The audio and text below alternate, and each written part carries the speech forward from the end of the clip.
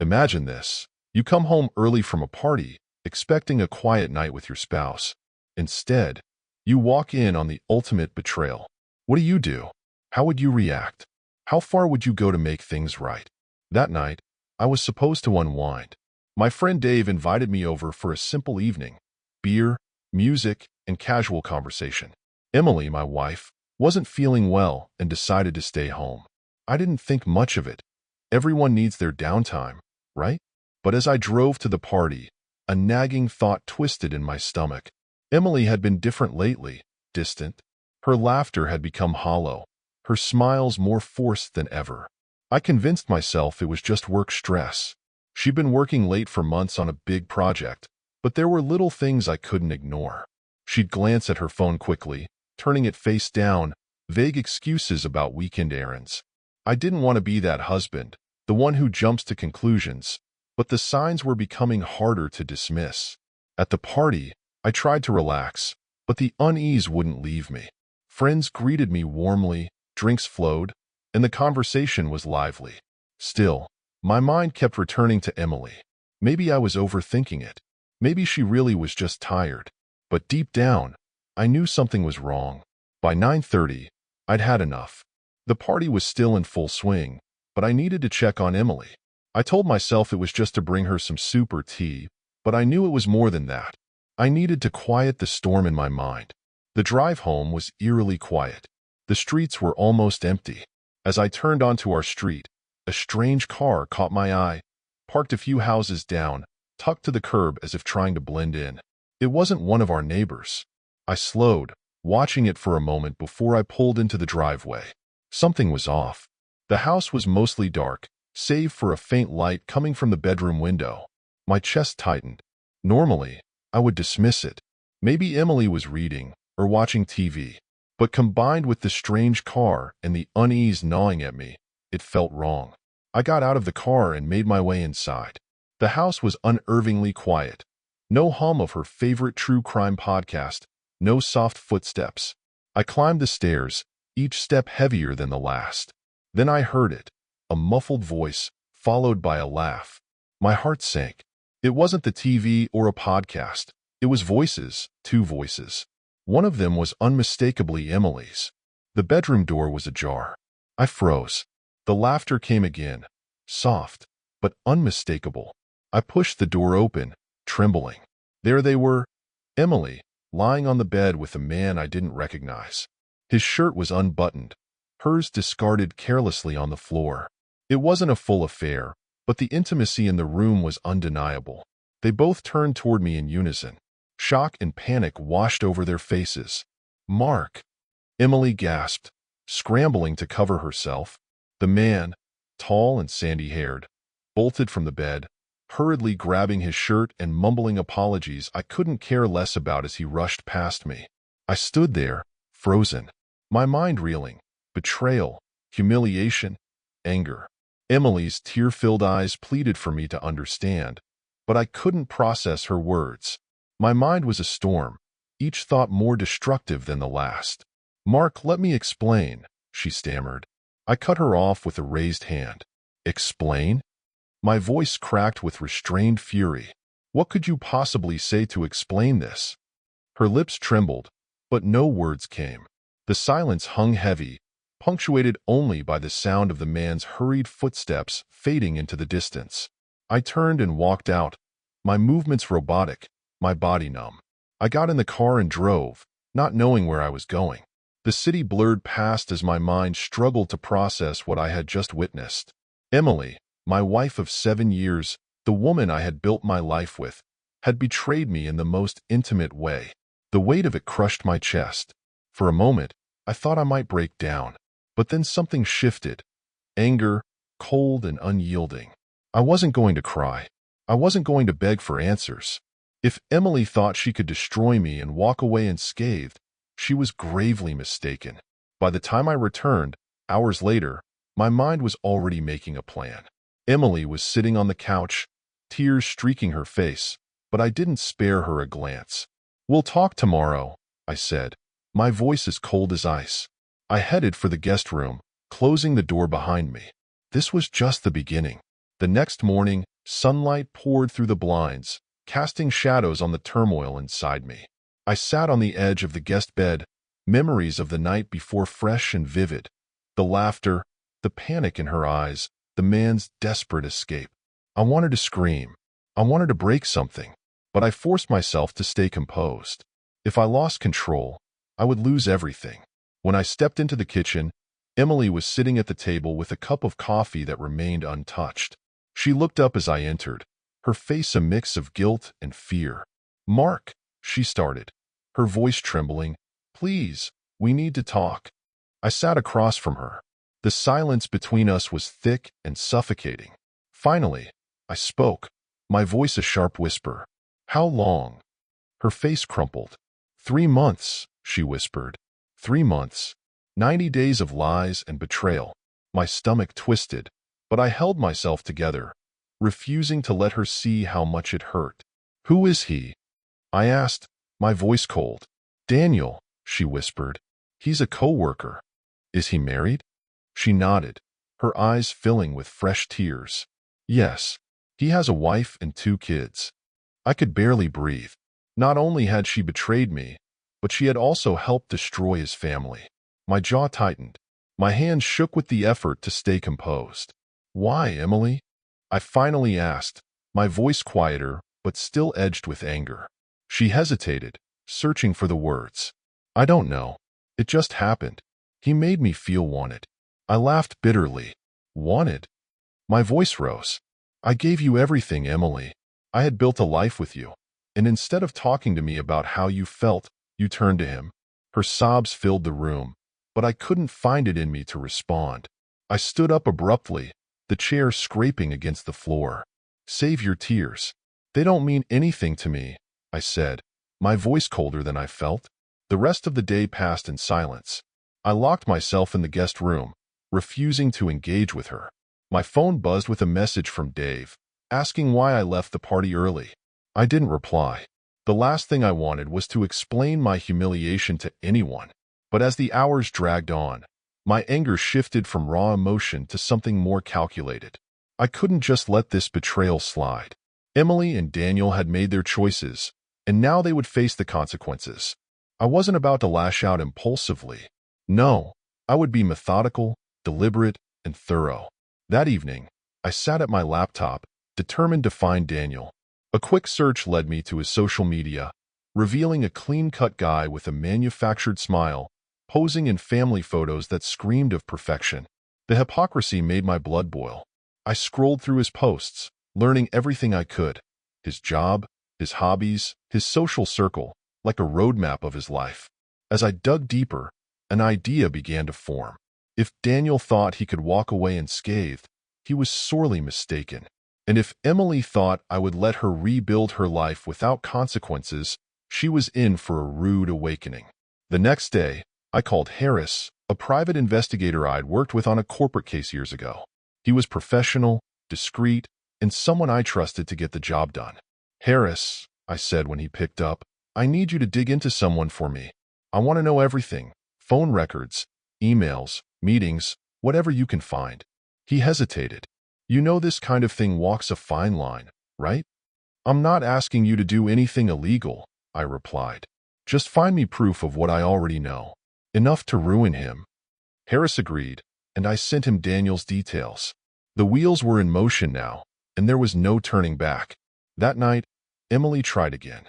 She stood outside the guest room door, her voice small, pleading. "Mark, please. I know I hurt you, but I want to fix this. I'll do whatever it takes." I opened the door just enough to look at her. "Whatever it takes?" I asked, my tone as cold as the air between us. "Then start by giving me space." Her face crumpled, and she nodded before retreating down the hall. As I closed the door, I felt no satisfaction, only resolve. Emily had shattered our marriage, and now she was going to feel what it was like to watch her life fall apart. Days passed in intense silence. Emily moved through the house like a ghost, her guilt evident in her every movement. But I wasn't ready to forgive her. Meanwhile, Harris was making progress. One evening, he called with an update. "I've got solid evidence," he said. "Texts, emails, a timeline of their meetings. I also looked into Daniel Price's background. Go on, I urged, leaning forward in my chair. He's got a decent job at a mid-sized accounting firm, a wife named Laura, and 2 kids in elementary school. His social media is clean, but the affair is pretty damning. I felt a sharp pain in my stomach. Daniel wasn't just a faceless stranger anymore. He had a family, just like me, and he'd thrown it all away for my wife. Good work, Harris, I said. Send me everything. The next morning, a manila envelope arrived. Inside was everything I needed: copies of texts, time-stamped photos, detailed call logs. As I flipped through them, the reality of their betrayal hit me hard, but it also solidified my resolve. This wasn't just revenge, it was justice. I sat down at my laptop, my fingers hovering over the keyboard. I had found Laura's email address after a bit of sleuthing. Her LinkedIn profile was surprisingly accessible. I hesitated. Did I really want to involve her in this mess? But then I thought about the photos of her smiling with Daniel, unaware of the lie he'd been feeding her. She deserved the truth, just as I had. I began typing. Subject: something you should know. Dear Laura, my name is Mark, and I'm writing to you because I believe you deserve to know the truth about your husband, Daniel. He's been having an affair with my wife, Emily, for the past 3 months. I've attached evidence to support this claim, including text messages and photos. I'm sorry to bring this into your life, but I felt it was the right thing to do. Please let me know if you'd like to discuss this further. Mark. I attached the files and hit send. The moment it left my inbox, I felt a strange mix of guilt and relief. Guilt for shattering Laura's world, but relief for finally taking control of the situation. The next day, Laura responded. Her email was brief, but full of raw emotion. Mark, thank you for reaching out. I had my suspicions, but I never wanted to believe it. Seeing the evidence you sent confirms what I feared. I need time to process this, but I appreciate you telling me. Laura. We spoke on the phone that evening. Her voice was steady, but I could hear the heartbreak beneath it. She'd suspected something was off with Daniel for months. The late nights, the sudden interest in work trips. Now it all made sense. What do we do now? She asked, her voice trembling. We expose them, I said firmly. They don't get to walk away without consequences. Laura and I worked together to plan our next moves. She agreed to confront Daniel privately, while I focused on gathering more evidence to send to their workplaces. It wasn't just about ruining their reputations. It was about making sure their betrayal followed them. The following week, I sent anonymous emails to both Daniel's and Emily's HR departments. Using Harris's evidence, I detailed their affair, how it violated company policies against workplace relationships. I didn't expect immediate action, but I knew the information would spark investigations. Simultaneously, Laura shared the evidence with their mutual friends and family. She handled it with more grace than I expected, framing it as an explanation rather than a public shaming. The reactions were swift and unforgiving. Daniel's friends called him out, and his family expressed disappointment. Emily faced similar backlash. Our once tight-knit social circle began to splinter, most people siding with me. One evening, Emily confronted me in the living room. Her face was pale, her hands trembling. Mark, please, she said, tears streaming down her face. I know I've hurt you, but this is too much. I've lost everything. My job, my friends, my reputation. I'm begging you, can't we just try to fix this? I stared at her, my expression cold. Fix this? You didn't care about fixing our marriage when you were sneaking around with him. Why should I care now? She broke down, sobbing uncontrollably, but I felt nothing. The woman I had loved was gone, replaced by a stranger. A week later, Laura called with an update. She had confronted Daniel with the evidence and demanded a divorce. He begged for forgiveness, claiming it was a mistake, but Laura stood her ground.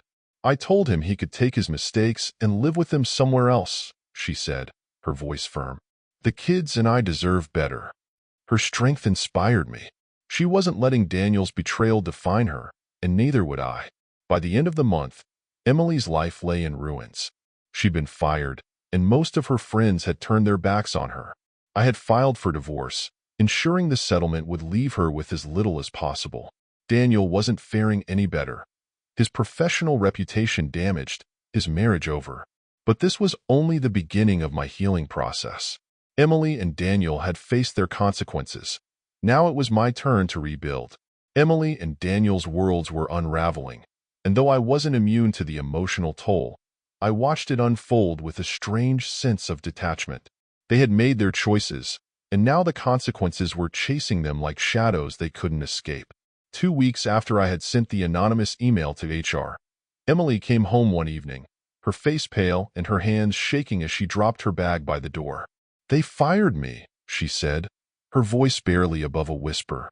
I looked up from the kitchen table, where I'd been reviewing some documents. "Is that so?" She nodded, tears brimming in her eyes. "They said it was because of the affair, that it violated the company's ethics policy." I set the papers down and folded my arms. "Well, actions have consequences, Emily." Her lips trembled, but she didn't argue. She knew there was nothing she could say to absolve herself. Across town, Daniel wasn't faring any better. Laura had informed me that he had been suspended, pending an HR investigation, and rumors about his infidelity were spreading like wildfire among his coworkers. His once clean-cut, professional image was crumbling, and the more his colleagues dug into his personal life, the more his credibility evaporated. The social consequences of their affair hit just as hard, if not harder, than the professional fallout. Our mutual friends, many of whom had sided with me after learning the truth, were less than forgiving toward Emily. She reached out to a few of them, trying to explain herself or mend bridges, but their responses were cold, if they came at all. At one point, she bitterly asked me, "Did you tell everyone? Is that part of your revenge plan?" I met her gaze without flinching. "I didn't need to. You did this to yourself." Her isolation extended to her family as well. Emily's parents, staunchly traditional, were horrified when they learned of the affair. Her mother, who used to call regularly, stopped picking up Emily's calls. Her father sent a curt email, saying only that they needed time to process what had happened. Meanwhile, Daniel was living in a motel on the outskirts of town, the perfect picture of a man whose life was spiraling out of control. Laura had thrown him out after their confrontation, filing for divorce the next day. She told me she wasn't looking back, and though I admired her strength, I could hear the exhaustion in her voice. "It's the kids," she admitted during one of our phone calls. "They don't understand why Daddy isn't coming home, and honestly, I don't know how to explain it to them." As Emily's world continued to collapse, her desperation grew. She tried everything: pleas, tears, promises to go to therapy, even offers to sign the divorce papers without contest if I'd agree to talk to her. "Mark," she said one evening, her voice trembling, "I know I can't undo what I've done, but can't we just start over? I'll do whatever it takes." I stared at her, unmoved. "Start over, Emily? You destroyed everything we built together. You didn't just break my trust, you burned it to the ground." She flinched, tears spilling down her cheeks. "I still love you," she whispered. "Doesn't that mean anything?" I leaned back in my chair, shaking my head. "Love isn't just words, Emily. It's actions, and your actions spoke loud and clear." Her sobs echoed through the house, but I felt no satisfaction in her pain. This wasn't about punishing her. It was about freeing myself from the weight of her betrayal. As much as I tried to stay strong, the fallout wasn't without its toll on me. The divorce process was draining, both financially and emotionally. Nights in the empty house felt lonelier than I had anticipated, and though friends offered their support, I found it hard to fully open up. The betrayal had left scars, and I wasn't sure how to let anyone see them. I spent my evenings throwing myself into projects around the house. I redecorated the living room, turning it into a space that felt like mine again. I framed photos from my photography class and hung them on the walls, replacing the old decorations Emily and I had chosen together. Each change, no matter how small, felt like a step toward reclaiming my independence. Laura became an unexpected source of encouragement during this time. Though we weren't close friends, our shared experience had created a bond of understanding. She checked in periodically, sharing updates about her own progress and offering words of advice. "Just take it one day at a time," she said during one call. "You don't have to have everything figured out right now." Her words stayed with me. I didn't have to rebuild my life overnight. Healing was a process, not a race. By the end of the month, Emily moved out of the house. I watched as she packed her belongings, each item a reminder of the life we'd shared. When she was done, she stood by the door, clutching her keys. "Goodbye, Mark," she said, her voice thick with emotion. I didn't respond. I simply closed the door behind her, leaning against it as the silence settled around me. For the first time in weeks, I felt a glimmer of relief. The weight of her presence was gone, and the house was truly mine again. But as I stood there, I knew the journey wasn't over. Emily and Daniel had faced their consequences, but now it was my turn to face the future, alone, but free. After Emily moved out, the house was quieter than I expected. The absence of her presence wasn't a relief or a burden. It was just empty. I sat in the living room that first night, staring at the blank TV screen, wondering what to do next. The silence was deafening, but it was also liberating. For the first time in months, maybe years, I had the space to think about what I wanted, not what anyone else needed from me. Emily's life outside the house continued to unravel. Mutual acquaintances shared snippets of her struggles, though I didn't ask for the updates. She was living in a modest apartment across town, unable to afford anything better after losing her job. Her attempts to reconnect with friends had largely failed. Most people we knew had chosen sides, and those who sided with me didn't want anything to do with her. She reached out a few times via text, but I didn't respond. The messages ranged from tearful apologies to angry accusations, as though she couldn't decide whether to beg for my forgiveness or blame me for her misery. I saved them all, not out of spite, but as a reminder of why I couldn't go back. One message stood out: "Mark, I know I hurt you, but you've destroyed my life. Isn't that enough? When will you stop?" Her words stung, but not for the reasons she intended. It wasn't my actions that had destroyed her. It was hers. She had set the fire that consumed her life. I had simply ensured she couldn't escape the flames without facing the consequences. Laura and I stayed in touch sporadically, exchanging updates on how Daniel and Emily were faring. Daniel's life had taken a similar trajectory to Emily's. His suspension from work had turned into a permanent dismissal after HR concluded their investigation. His reputation in his industry was in shambles, and he had been forced to move into a cheap motel while Laura proceeded with their divorce. "He's tried calling me," Laura said during one of our conversations, begging me to take him back, but I told him he made his bed, and now he can lie in it. I couldn't help but admire her strength. She wasn't bitter or vengeful, just resolute. She was protecting herself and her children, and I respected her for it. As much as I tried to stay focused on moving forward, the emotional toll of the past few months lingered. Betrayal leaves scars that don't heal overnight, and mine were no exception. I found myself questioning everyone around me, even those who had done nothing to warrant suspicion. Trust, once broken, felt like an impossible thing to rebuild. Nights were the hardest. The silence that had initially felt liberating began to feel oppressive. I threw myself into work, gym sessions, and hobbies, but there were moments when the loneliness crept in, reminding me of what I'd lost. Not Emily, but the life I thought we'd built together. I started making changes, both big and small, to reclaim my sense of self. I took up photography more seriously, spending weekends exploring the city and capturing its hidden corners. The act of creating something tangible felt therapeutic, a reminder that life could still hold beauty, even after so much pain. After Emily moved out, the house felt different, empty, but not in the way I thought it would. There was no immediate sense of freedom, no triumphant feeling of reclaiming my space. Instead, it was simply quiet. I spent the first few nights just sitting, listening to the silence, unsure of what to do with it. But slowly, I began to change things. I redecorated the house, making it into a space that truly felt like mine. Gone were the throw pillows Emily had picked out, the framed wedding photos, and the neutral tones she loved. In their place were bold colors, new furniture, and photos from my own travels. Each small change felt like a step toward regaining my independence. One evening, while walking through the park with my camera, I met someone. Anna was sitting on a bench, sketching the sunset with quiet focus.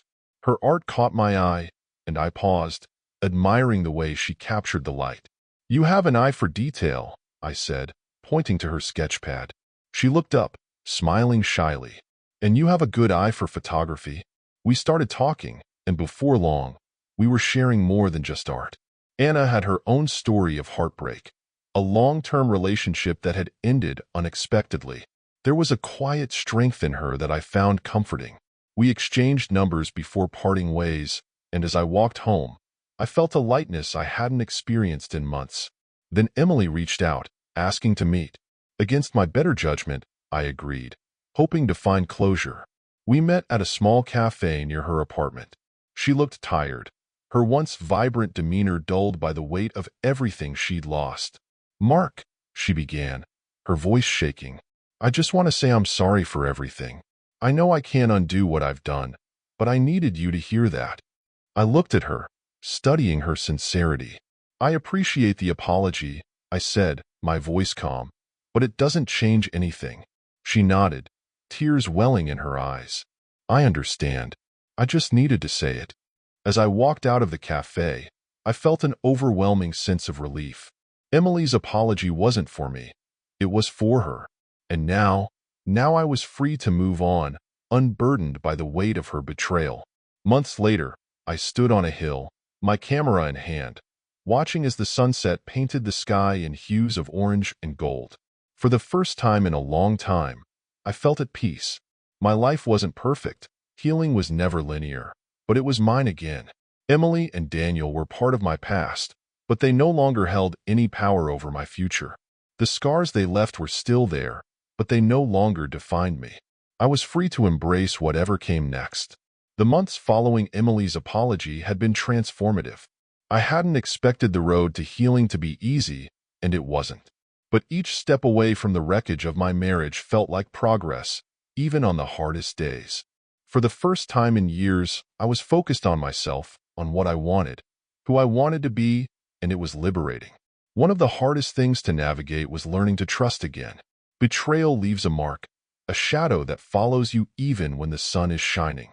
I found myself second-guessing people's intentions, wondering if I could truly rely on anyone. But I didn't let that stop me.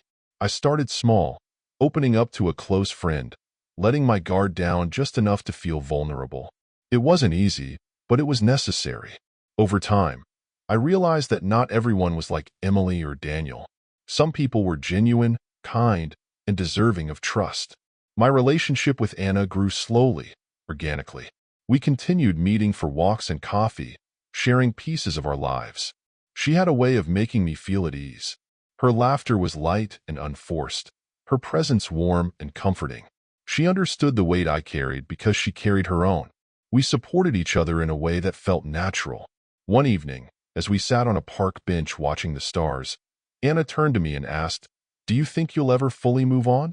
I thought about her question, the words heavy on my tongue. "I think moving on isn't about forgetting what happened," I said slowly. "It's about accepting it, learning from it, and letting it shape you without letting it define you." She nodded, her eyes thoughtful. "I like that." Our relationship wasn't a whirlwind romance. It was steadier, quieter. We didn't rush into anything, allowing ourselves the time to heal and grow. For the first time since my marriage ended, I felt like I was building something healthy, something real. Though I had emotionally moved on, the ripples of Emily's actions still reached me occasionally. Mutual friends mentioned her struggles, how she tried to rebuild her life but kept running into obstacles. She had moved to a new job in a different city, hoping for a fresh start, but her reputation had followed her. Her social circle was smaller now, and even her family remained distant. Part of me felt a twinge of pity for her, but it was fleeting. Emily had made her choices, and I had no obligation to bear the weight of her consequences. The life she was living was of her own making, just as the life I was building was mine. One of the most profound changes in my life was my perspective on relationships. I no longer believed in the fairy tale of everlasting love, where one person could complete you or fix everything. Instead, I came to value independence and authenticity. Love, I realized, wasn't about grand gestures or perfect moments. It was about consistency, respect, and mutual effort. Anna embodied those qualities. She didn't try to fix me or fill a void. She walked beside me, supporting me while also pursuing her own passions. She inspired me to be better, not for her, but for myself. About a year after Emily moved out, I found myself going through an old box of photos. It was filled with memories of our life together. Vacations, holidays, quiet moments at home. I sat on the floor, flipping through the pictures. For the first time, I didn't feel a pang of anger or sadness. Instead, I felt a sense of closure. I packed the photos back into the box and sealed it shut. Emily would always be a part of my story, but she no longer defined it. She was a chapter that had ended, and I was ready to turn the page. On a crisp fall morning, I found myself on another hill, camera in hand, capturing the vibrant colors of the changing leaves. Anna stood beside me, her sketch pad balanced on her arm. Her brow was furrowed in concentration as she glanced over at me and smiled. In that moment, I felt something I hadn't in a long time. Contentment. Life wasn't perfect. It never would be. But it was mine again, and that was enough. As I packed up my camera, I thought about the journey that had brought me here. The betrayal, the heartbreak, the anger. It had all shaped me, but it hadn't broken me. I had found strength in my scars, and now I was ready to embrace whatever came next. Ready? Anna asked, tucking her sketch pad into her bag. I nodded, smiling back at her. Yeah, let's go. We walked down the hill together, leaving the past behind us and stepping into a future full of possibility.